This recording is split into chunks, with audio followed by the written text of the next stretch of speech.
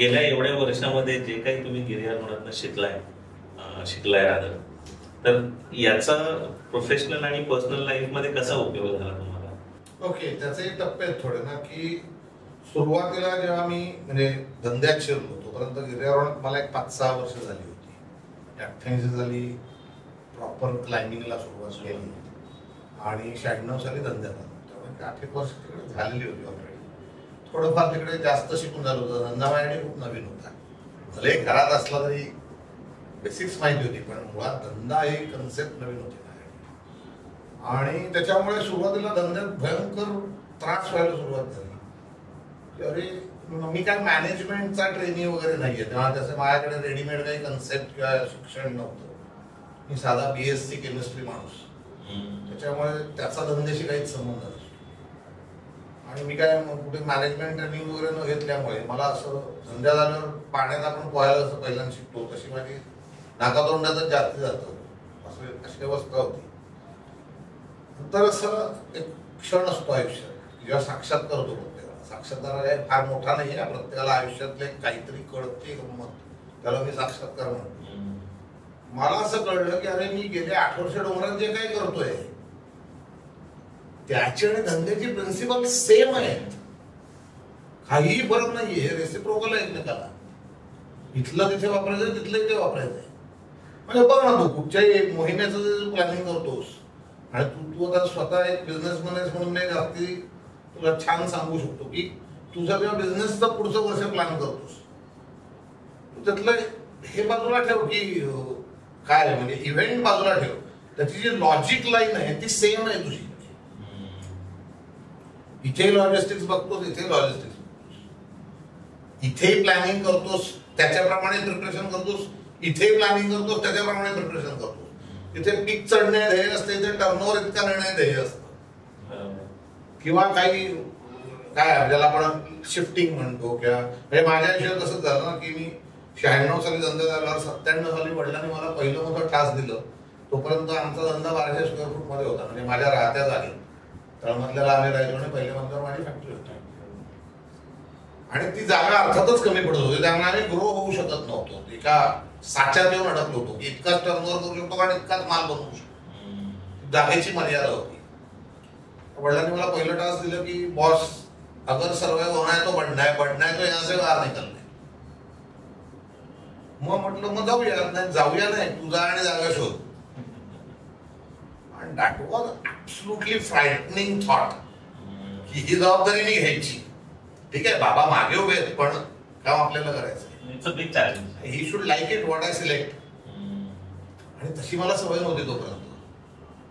Y others म्हणजे बाकीच्यांची कशाला चिंता करायची असं कुठेतरी असायचं बॅक ऑफ द माइंड. ते कोण मी टर्विंग टाईम.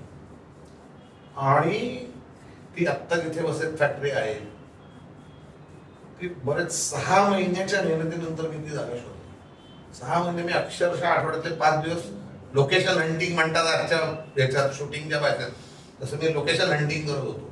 मी पार वाड्याला जाऊन जमिनी बघितल्या, एकोवारी ही एकाच फॅक्टरी होईल, एकाच रेसिडेन्शियल क्वार्टर्स बांधू, काही अशी स्वप्न होती त्या. कारण धंद्यातली काही बारा केलं नाही. ते माझ्या वडिलांनी एका क्षणात टिचकी मारली, अरे मुंबई सोडून आता आम्ही कोणी येणार का तिकडे? नाही येणार. रोज अपडाऊन करता येतील एवढ्या अंतरात जागा पाहिजे. असं करत करत करत मग त्याला ऍक्सेस पाहिजे, म्हणजे ती मेन रोडवर पाहिजे, एक्सक्लुझिव्हिटी पाहिजे, at the same time separate plot नको नाही तर सगळंच आपल्याला करायला लागतं. आता त्या गाळण्या लावत लावत जसं आपण माउंटेनिअरिंगचं एक एक करतो, प्रॉब्लेम सॉल्व्हरचा एक प्रॉब्लेम सॉल्व्ह करत I zero down to our current location. आणि ते करताना हाही विचार डोक्यात होता की पुढची 30 ते 35 वर्ष मला हे काम करायचंय, त्या पिरियडमध्ये इथनं बाहेर जायला नाही लागतं काम आम्हाला जागेच्या अडचणीमुळे. पुढची पिढी बघेल त्यांचं काय ते, म्हणजे ती तेवढी फ्युचरिस्टिक ग्रोथ पण त्याच्यात करता आली पाहिजे. तेवढी ऍडिशनल जागा पाहिजे जी मी आज नाही वापरणार, मे बी 10 वर्षांनी वापरत असेल, की जे मी केलं नंतर. मी गेलो तेव्हा माझ्याकडे फक्त 5,500 फूट जागा होती, आज आम्ही 14,000 फुटात ऑपरेट करतो, जागा तीच आहे. मग वरचा मधला बांधला, मग त्याचे माळे, ते स्टोरेज करता वगैरे असं करत करत ते वाढवत गेलो. पण ह्याचा बेस तेव्हाच तयार करायला लागला होता 97 साली, की मलाही माहिती नव्हतं मी 2023 साली कुठे असणार आहे. पण मी तिथे असू शकेन या जसं मी शिखरावर जाईन या कल्पनेने आपण अख्खी एक्सपिडिशन बांधत नेतो, तसं ते मी तिथे बांधत नेलं. आणि तेच एक्सपिडिशन मध्ये धंद्यात काय, या क्षणी तुला कमिटमेंट दिली, माल आज संध्याकाळी निघेल, तसं या कॅम्पला मला आज पोचायचं. मग त्यासाठी काय काय करायला लागणार त्याचं प्लॅनिंग करून ते तिकडे जाऊन एक्झिक्यूट करणं हे मी धंद्यात शिकलो, की शब्दाला किंमत आहे आपल्या. त्याच्यात आपण धंद्यात तर धरली इतके वर्ष आपल्या कुटुंबाने. ही पर्सनल नाही, मी तिसरी पिढी आहे. मग डोंगरात पण जेव्हा पोर्टरना मी सांगतो तुम्हाला तिसऱ्या दिवशी परत पाठवीन बेस कॅम्पला, मला 3 दिवसात काय वाटले करून बेस कॅम्पला पोहोचलं पाहिजे यार. आणि तेही ते सुखाने आले पाहिजेत 3 दिवस. ओढाखंड होता म्हणा, दुसऱ्या दिवसून तर येणार नाहीत पुढे. हे सगळ्याचं जे मॅनेजमेंट आहे हे स्किल मी धंद्यात शिकलो. पण जे धंद्यात डिसिजन मेकिंग लागतं ते मी माउंटेनिअरिंग मध्ये शिकलो, कारण तिथे स्पॉट डिसिजन घ्यायचा असतो. हा पडतंय मला वाचायचं याच्यापासनं, त्या क्षणी कृती करायची असते.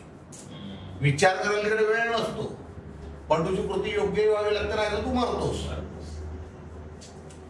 ही ताकद धंद्यात निर्णय काही वेळेला असे इमिजिएट घ्यायला लागतात. फार स्कोप नसतो आजूबाजूला जायला किंवा विचार करायला, लगेच डिसिजन द्यायचा असतो. ती ताकद मला इकडे कामी येते, ही ताकद तिकडे कामी येते. आणि हे ना तेव्हा हे दोन्ही लर्निंग कर्व प्रचंड स्टीप होते, आणि मी दुसरीकडे शिकत होतो. आज दुसरीकडे इतकी वर्ष गेल्यानंतर मी सांगू शकतो की yes, it definitely help each other. हे दोन्ही आता मला वेगळे नाही मी मानत, हे मी एकच मानतो. गिर्यारोहण हा माझ्या धंद्याचा भाग आहे, माझा धंदा माझ्या गिर्यारोहणाचा एक्सटेंडेड भाग आहे असं मी मानून दोन्ही कामं करतो. मला माझा प्रत्येक वेंडर आणि कस्टमर हा प्रश्न विचारतो, 1.5 महिना आप उधर क्यों जाते हो? त्याला मी यही सांगतो की आप सालभर खुश रहो इसके लिए, बस. बाकी त्यांना काही सांगण्याचा अर्थ नसतो. पण हे खरंच आहे, त्याच्यामुळेच मी अचीव करू शकतो असं मला वाटतं. की जबाबदारी डेलिगेट करणं. असं एक्सप्रेशनला सगळी कामं तू स्वतः नाहीच करू शकत, लीडर असलास तरी तुला त्या 10 जणांकडनं 10 गोष्टी करून घ्यायच्या असतात, तेव्हा तुझी एक्सपिडिशन सक्सेसफुल होते. त्याच्यातला एक जरी गळपटला तरी त्याला इमिडिएट रिप्लेस करायची ताकद तुझ्याकडे लागते. तेच तू लॉजिक धंद्यात वापरतोस.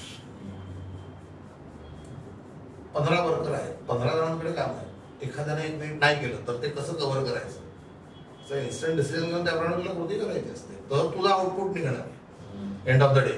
अकाउंटंट 8 दिवस आधारी आलाच नाही म्हणजे काय बिलिंग बंद ठेवायचं का? नाही, दुसऱ्या माणसाला करता आलं पाहिजे. हे जे छोटे छोटे गोष्टी असतात ह्याने धंदा सुरळीत चालतो, यामध्ये नाही आडवे आल्या. आणि ते आडवे येणारच असतात, ते ओव्हरकम कशा करायचं हे तू तिकडे शिकतो. असं ते एकमेकाशी तसं खो खो सारखं आहे. एकदा तू एकदा मी, एकदा तू एकदा मी, असं करत ते पुढे जातं आता जातं. आणि त्याच्यामुळे मला असं वाटतं की हे आता ते खूप म्हणजे तो काय म्हणतात प्लॅटू चालू झालाय माझ्या एक्सपिरियन्सचा. तेव्हा तो प्रचंड स्टिक होता, आणि सुरुवातीची 5 वर्ष अक्षरशः तोंडाला फेस यायचा दोन्ही मॅनेज करताना. आज मला जानेवारीत माहिती असतं की मी कुठच्या महिन्यात बाहेर जाणार आहे, तेव्हा 15 दिवस आधी ठरायचं की मी जाऊ शकतो. कारण दुसरीकडे माझी कमांड नव्हती, आज माझी दुसरीकडे कमांड आहे.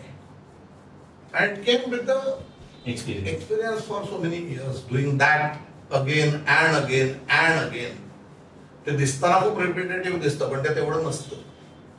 जशी डोंगरात रोज वेगळी चॅलेंजेस असतात तशी धंद्यात पण रोज वेगळी चॅलेंजेस असतात.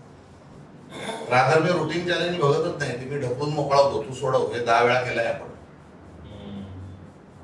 नवीन काय असेल तर मला बघा.